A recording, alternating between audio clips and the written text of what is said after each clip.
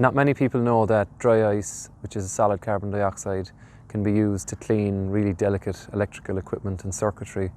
At Polar IceTech, we are dry ice cleaning specialists, and we use dry ice, which is a solid CO2, to clean delicate electrical equipment and components like electrical stators and rotors, motors, electrical control panels, and really delicate circuitry, including wiring, cable trays, and electrical connectors.